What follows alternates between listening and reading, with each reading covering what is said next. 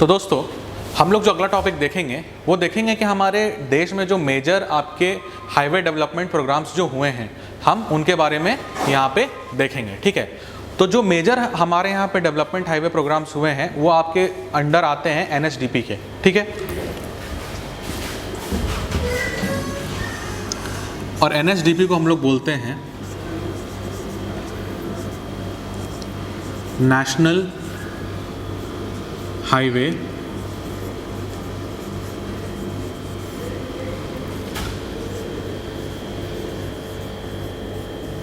Development programme.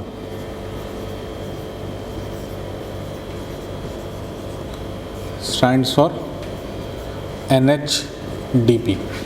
तो NHDP हमारा start हुआ था ऑलमोस्ट जो हमारा 20 साल का जो आपका डेवलपमेंट प्रोग्राम था, रोड डेवलपमेंट प्रोग्राम था, नागपुर लखनऊ ये सब वाला, तो इन सब का लगभग अंत समय आ गया था। तो फिर हमारा नेशनल हाईवे डेवलपमेंट प्रोग्राम शुरू हुआ था और इनको शुरू करने वाले थे हमारे माननीय देश के उस वक्त के प्रधानमंत्री श्री अटल बिहारी वाजपेयी जी।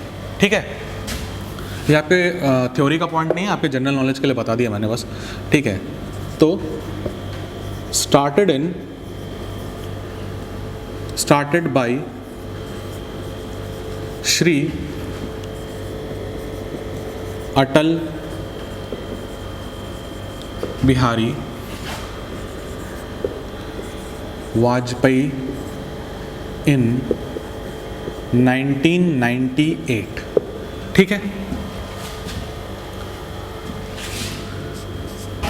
it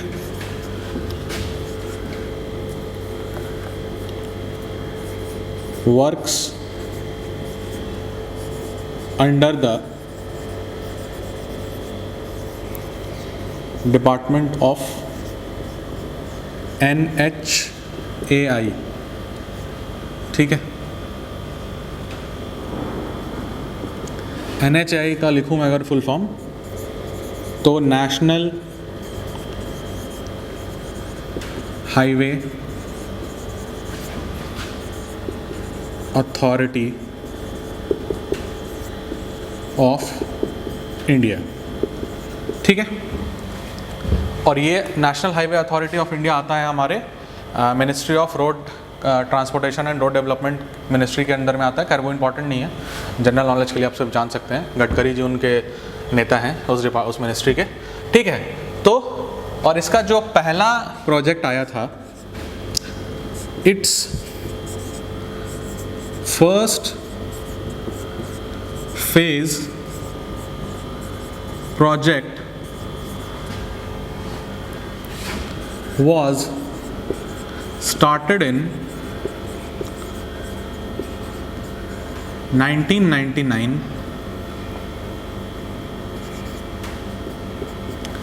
जो कि हमारे देश का सबसे फेमस हाईवे प्रोजेक्ट है, नेमली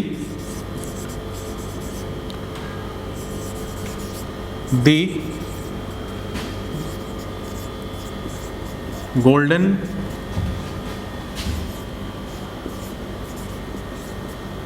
quadrilateral.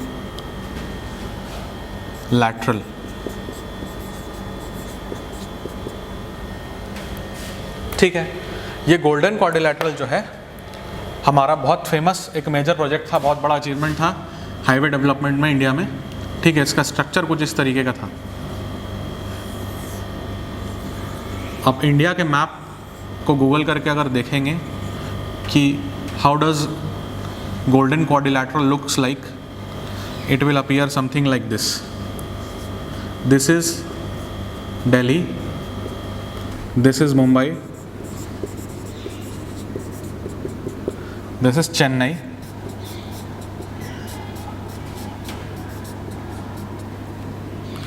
and this is Kolkata। Fine, तो ये कुछ ऐसा बनता है। अब देखिए कि अब ये ऐसा कोई स्ट्रेट रोड नहीं है कि दिल्ली से एक मुंबई स्ट्रेट रोड बना दिया, चेन्नई तक स्ट्रेट रोड बना दिया, ऐसा कोई स्ट्रेट रोड नहीं है। ये आपका multiple expressways, state highways, national highways, ये सारे मिला के बनते हैं। ठीक है, कि ये सारे हम बोलेंगे कि ये गोल्डन क्वाड्रिलैटरल का पार्ट है। अब दिल्ली से मुंबई जाइएगा तो ऐसा नहीं कि कोई आपको एक नेशनल हाईवे मिलेगा या एक्सप्रेसवे मिलेगा और आप दिल्ली से मुंबई पहुंच जाइएगा। It is a combination of multiple national highways, state highways and expressways, ठीक है। तो सारे के केस में वही चीज़ होता है, ठीक है।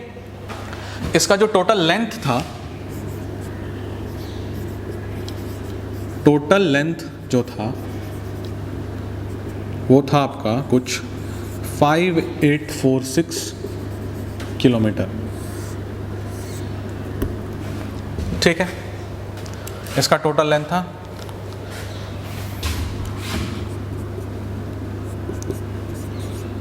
कंप्लीटेड इन जनवरी 2012, ठीक है। तो ये था आपका गोल्डन क्वाड्रिलैटरल। ये हमारा बहुत ही एक मेजर आपका वो था, हाईवे डेवलपमेंट प्रोग्राम था, जो कि बहुत ही सक्सेसफुली हमारे देश के लोगों ने इसको एग्जीक्यूट किया था, ठीक है। और एक और है इम्पॉर्टेंट, वो भी डिस्कस करना ज़रूरी है। मैं देख लेता हूँ एक बार, इसको मिटा रहा हूँ मैं।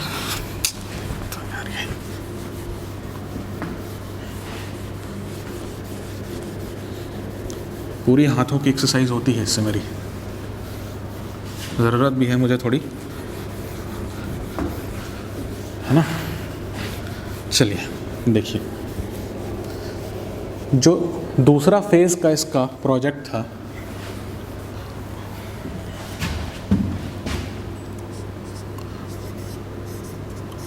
It's second phase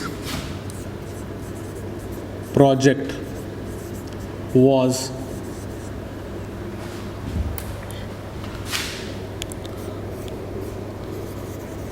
north, south and east, west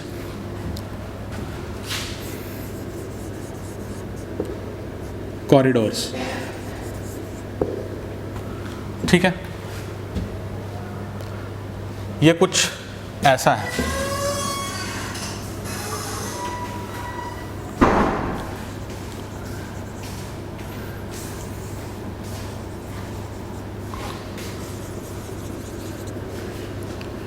Srinagar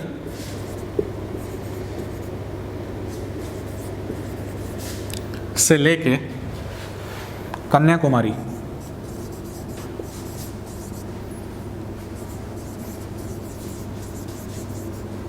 Kochi भी लिखते हैं कुछ लोग, गूगल पे आप सर्च कीजिएगा तो कोची भी दिखाएगा। तो ऑप्शन में जो आपका अप्रोप्रिएट लगे आपको, उसके हिसाब से आप क्लिक कीजिएगा। ये आपका गुजरात का पोरबंदर से लेके असम का सिलचर,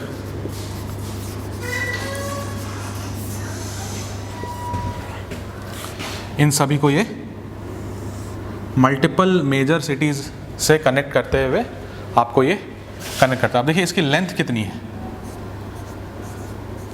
इसकी जो लेंथ है वो है तकरीबन 4000 किलोमीटर। वो अभी प्रपोज्ड है, ठीक है।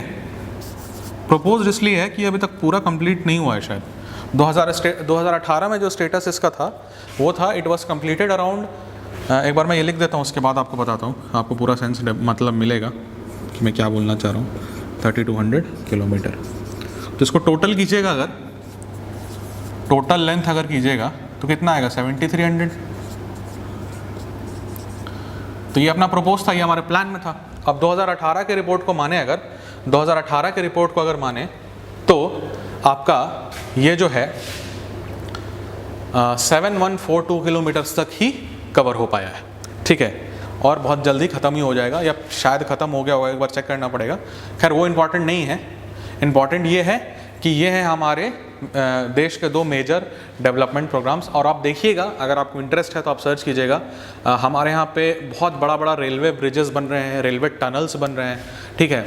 आपके जम्मू एंड कश्मीर में आपका जो है एक बहुत बड़ा टनल बन रहा है, चेन्नई में आपका एक बहुत बड़ा टनल बन रहा है, ठीक है। तो अगर आपका इंटरेस्ट है तो इन सब चीज़ों को आप सिलेबस के अपार्ट भी जाके आप देख सकते हैं, बहुत ही इंटरेस्टिंग है। आपको पता चलेगा कि हमारा जो देश है वो कितना डेवलप कर रहा है इन चीज़ों में, ठीक है। तो आपका भी इंटरेस्ट उसमें डेवलप होगा, ठीक है, अगर आप ये जानने की कोशिश करेंगे अपार्ट फ्रॉम योर सिलेबस, ठीक है। तो ये तो आपके सिलेबस का थोड़ा बहुत पार्ट हो गया, ये मैंने डिस्कस कर लिया। तो यहाँ पे हम इस यूनिट को वाइंड अप करेंगे, ठीक है, कि जो बेसिक, तो इस यूनिट में हमने क्या क्या पढ़ा।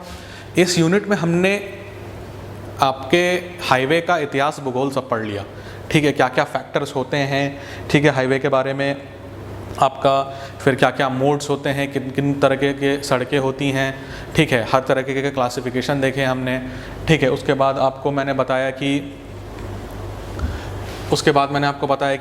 ये आपका स्कोप ऑफ हाईवे क्या होता है, स्कोप ऑफ हाईवे बताया आपको, अलग अलग उसके स्कोप बताएं कि किन किन तरीके में अगर हम हाईवे डेवलपमेंट के बारे में सोच रहे हैं तो किन किन स्कोप्स में सोचेंगे, ठीक है। फिर आपको मैंने बताया किस किस तरीके के हिस्टोरिकल बैकग्राउंड में, जैसे टेलफोर्ड, मेटकैफ, ये सब तरह के जो मैकेडम, ठीक है, ये सब जो आपका किस तरीके से पुराने ज़माने से रोड डेवलप करते हुए आया और अभी जिस फॉर्म में हम लोग देख रहे हैं, आपको थोड़ा सा हिस्टोरिकल बैकग्राउंड बताया मैंने।